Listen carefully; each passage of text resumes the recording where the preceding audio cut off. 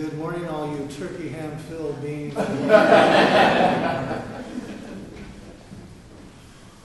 Oh, goodness me. Did you exercise your free will this Thanksgiving? Yes.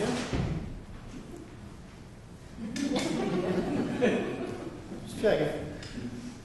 Interesting. Free will. Free will.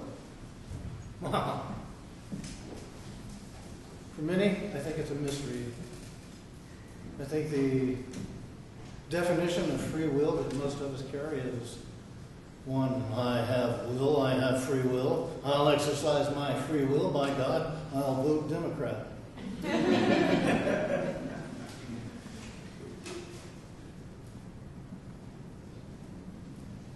See, today's lecture is designed to stir you, to stimulate you, to consider, what is your will? How free is it? What's your definition of free will? How have you been exercising it? What is the will of the universe? What is the will of life regarding your life? What's your connection with life? How do you connect with life in that give, that take, that movement that occurs with all of us all of the time, in every instance? Growing up, boy, just bear with me. I haven't quite achieved that yet, but anyhow, in the process. I had so many different attending identifications. One was a rebel, one was I had free will. Even coming into the training of religion and becoming a minister, I had this operating assumption that I could do any damn thing I wanted to, anytime I wanted to, because that was my will. That was the exercise of my will. It was my freedom to do so.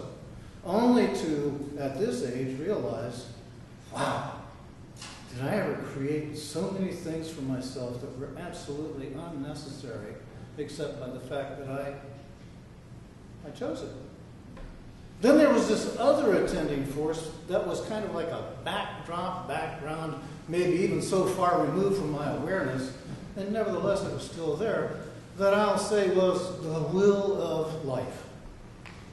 And in many instances, it came forward when my will was bringing me to the brink of catastrophe, that it intervened and prevented me from having some major, serious accidents and injuries. Not to say that I've come out of this accident or injury free. I've experienced my share. But the point is that this will of the universe, this will of life, really is the effect of life having the absolute best intention for me, for you, for all of us. But usually we are so unconscious that we do not recognize it, and because of the dominance of our ego in our lives, we look at the will of the universe or the will of life as a threat. Think about it now. If the will of the universe is based on an ever-abiding presence that knows all, sees all, is all, and has the best intention for us, and yet we are still allowing ego to dominate our choice-making, wouldn't it seem like there's a little rub there? Possibility of it, anyhow. Okay, so if we can come to a place of seeing that there is a possibility, very strong, to the point of probability even stronger, that the will of the universe, you want to call it fate, you want to call it destiny, call it whatever you want, that it is the best possible case scenario for our lives and will lead us exactly to the life that we've always wanted. One of happiness, one of fulfillment, one of peace, one of harmony, one of ongoing awakening. Then we have what we call free will. Now, think about it for a moment, how you've often exercised free will in your own life.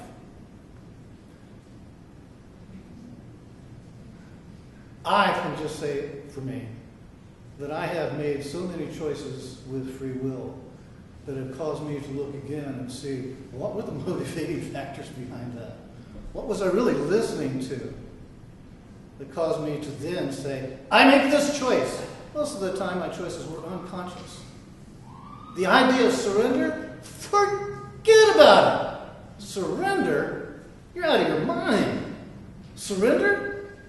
Of course, failing to realize that that was ego screaming inside of me, no, no, please can't have it. Surrender. The concept of surrender is often hard for the human ego to grasp. That's saying it so nicely. It can't possibly comprehend how it will go about creating the life it wants, while at the same time surrendering to the unknown, the fate of the universe. But here's the thing, you see. I'll put it this way to you. I'll just ask the question. How many of you look forward to, enjoy, have experienced transformation? Yeah? Okay. Guess where transformation lies? On the other side of surrender. Oh, boy. Okay, the door's back there if you'd like to leave. I get it. Okay, let's look and see what this is all about, why the struggle is there. You see, we have an attachment to outcomes. We have an attachment to outcomes. We want things to happen a certain way. We want certain results. If you really look at yourself, get inside yourself, you're going to see that those attachments are more often than not based in fear. You have a fear of the outcome. Therefore, ego constantly is there thinking it needs to control and manipulate circumstances so that it can always be involved and in control of all the decision making that's going on in your life. Okay. It is this constant attachment of how we want things to happen that actually prevents or interferes with the higher will of the universe from prevailing. You can say it's free, yes. You can exercise it any time you want to. And you can exercise it in any way that you want to. But just consider for a moment that you actually take your will and unite it with the will of the universe so that there is no separation. There's really no distinction. Now, the ego, forget about it. No distinction. I must maintain my identity. I must maintain my individuality. And I will do it, by God, by making every choice I want to, and it is my free will to do so. That's all based in fear. Please do get this. Because you see, surrender is based in love. Surrender is based in love. Outside of the ego, our true selves, guess what? We are love. It is only our ego that causes us to believe we need to seek outside of us for what we already are.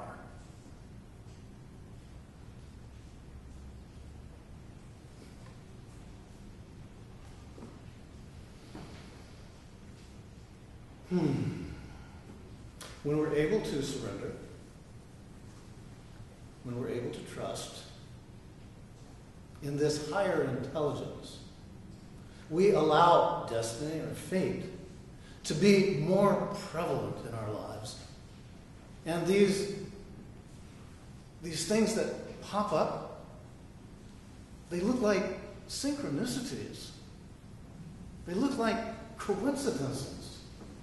If you've ever found yourself surrendering your will because, whatever the reasons, most of the time when I found that I've surrendered my will is when I've just reached such a hard spot of suffering so much, of trying and trying and trying and trying, and still not getting the results that I wanted, that I said, all right, forget about it.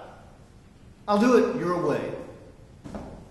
Failing to realize that in essence what I was saying is, I'll take a higher road here.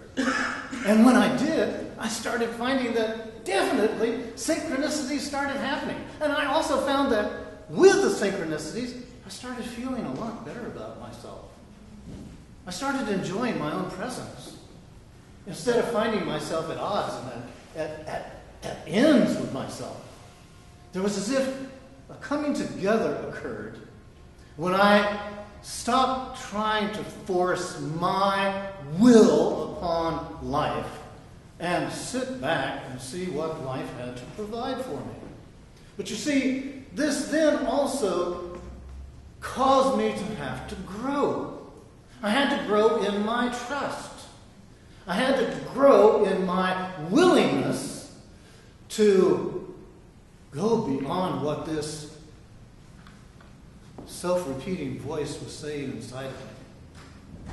I had to reach a place of perhaps seeing it as going deeper in me than just the surface stuff that was always obscuring the inner awareness. But when I went deep enough, I found that truly there was more to me than what I had discovered by trying to make things happen. Now, this is only me using myself as an example so I don't get in trouble with your stuff. And I'm keeping this really clean right now. You see, we all have it, and we all live it, and we all do it until we get to the place of actually realizing that life really does have its best intention for us, but that will never come to pass the way it could until we hook up our will with its will and choose to trust it. That's called surrender. When you surrender, then this other thing I was mentioning, transformation, not transmigration, not transportation, transformation, it actually starts happening. And when it does, you start really feeling good about the discoveries you make. Now, one of the things that ego will bring to your attention when this is occurring is, look at all you're having to give up. Look at the sacrifices you're making. Look at what you're having to let go. If you listen to it, then of course you're going to be drugged back into its frame of reference of why this happened, how this happened, the shoulds, the woulds, the coulds. But if you can ever start really paying conscious attention, you're going to discover that this is a door opening for you to make really conscious choices in your life. Because you see, conscious choices occur within the framing of love. They do not occur in the framing of fear.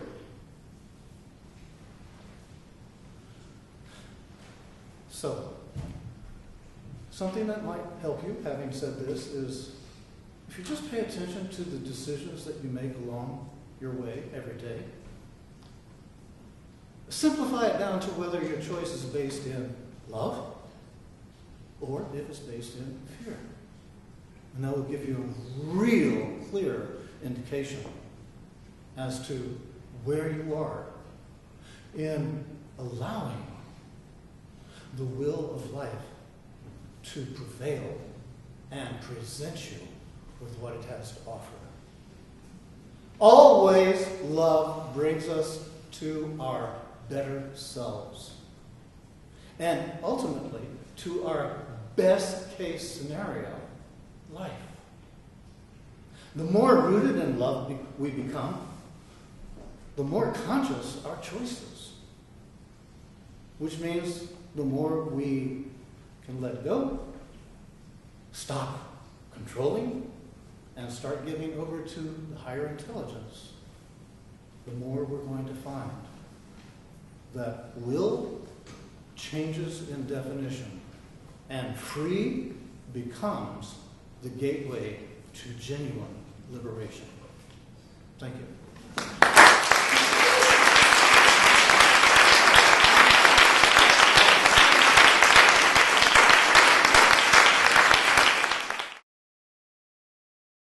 For more information about the Metaphysical Church of Enlightenment or the Rodin Foundation, please go to our website at www.rodin.org.